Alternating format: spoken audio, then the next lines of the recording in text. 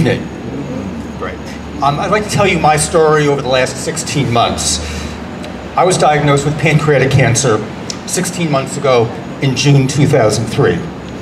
I was told that I likely had 6 to 12 months to live. I was devastated.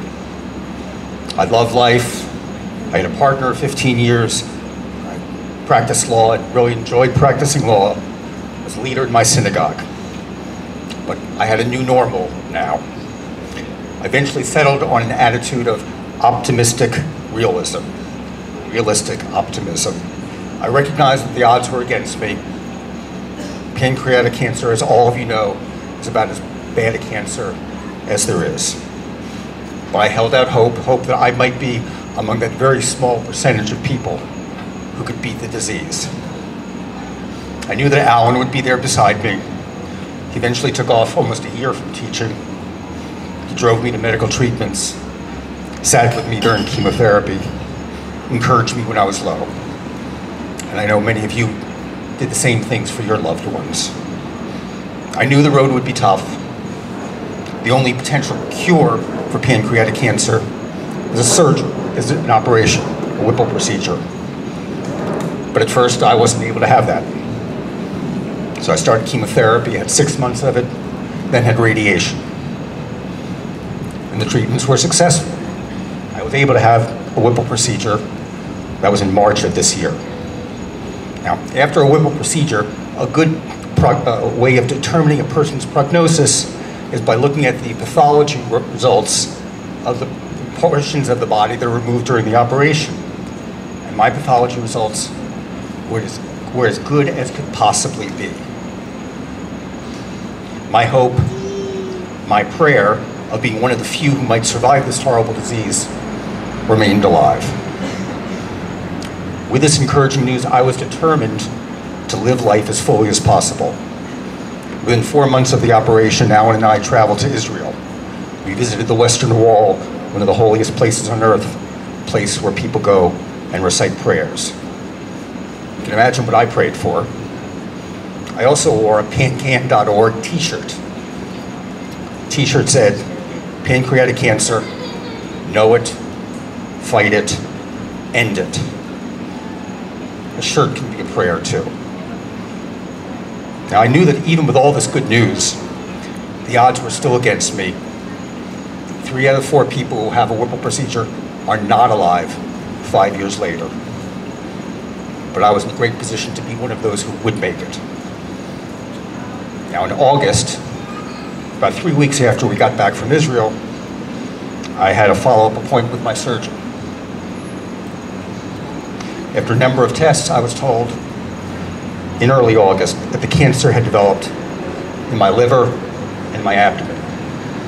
The cancer had returned, it had metastasized. My hope of defeating the cancer was no more. A cure for me is not possible. My path is now maintenance. The best I can hope for is to control the cancer, giving me extra time and a better quality of life. How much time do I have left? Well, the newest chemotherapy, FOLFIRINOX, people who have that, take that in my position, half the people live 11 months or less, half the people live 11 months or more. I'm doing what I can to be on the better side of that statistic. Let me tell you that the Pancreatic Cancer Action Network is an important part of my efforts to stay alive. Just this past Friday, my sister traveled to New York and sat through a 3.5-hour seminar put on by pancan.org about the newest treatments. I'm also involved or participating in the PanCan's Know Your Tumor program. It uses molecular testing of a person's genes to determine which treatment is most likely to be effective for a particular person. This is probably going to be the future of treatment for pancreatic cancer, and PanCan is at the heart of it. I know many of you here tonight volunteer for the Pancreatic Cancer Action Network. To those of you who do, I want to tell you, I'm grateful. Thank you. Your efforts may make the difference between Am I living a year, living longer than that? And certainly for many people in the future, may be the difference between life and death. But as was mentioned, there's a need for more volunteers, so I encourage you. Now, my time is limited. I recognize that. This really came vividly to life for me about a month and a half ago. Now, you know that Apple recently introduced new iPhones, iPhone 6. Now, I was eligible to upgrade to iPhone 6, but there was a catch. The catch was I had to enter into a new 2-year service contract. Now, 2 years, if you remember, is twice the median length of time that I'm going to be alive, or the person in my position will be alive. So, service contract will probably outlive me. Now, I went on my blog, the Carrying Bridge blog, and I wrote about this. What do I do? About maybe 300 people who read it, and I had dozens of responses, and everybody said it, without exception, buy the phone. Some people said, buy the phone and then 2 years upgrade. Again, I don't know about that. I'd like to, but I don't know that. But let me tell you, here's my new iPhone.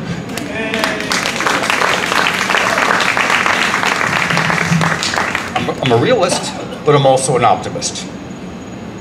I hope to live a few more years with a good quality of life. Been researching a European cruise for next summer. We haven't bought our tickets yet. I'm a realist, but I'm scoping out possibilities. As I said, I'm also an optimist.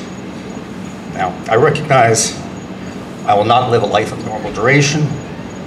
I recognize, and this is by far the most difficult part, that sometime, some years from now, my husband Alan will be standing among you, remembering those who they've lost, just as you are. Since my diagnosis, people have asked me if I have a bucket list, a list of things to do with my remaining time before I kick the bucket. I've thought about it for a while, and I couldn't come up with anything. I felt bad. I don't, do I have an imagination? But then I realized with some time that what I most cherish are the small pleasures of life. Dinner at our neighborhood Peruvian restaurant, a night at the theater, lunch with my best friend, an exciting Dolphins game which the Dolphins win, as today, the support of my synagogue community, a good book. This has been a journey of ups and downs for me. First, I thought I would be gone in a matter of months. Then, after the surgery, I thought I might be one of the lucky ones who are cured. Now I know that my time is limited. But I've lived 16 months since my diagnosis, and I'm not yet looking at my final days. I've had more time than I expected. There will be tough times ahead, I recognize. Still, I feel like a very lucky man. Thank you.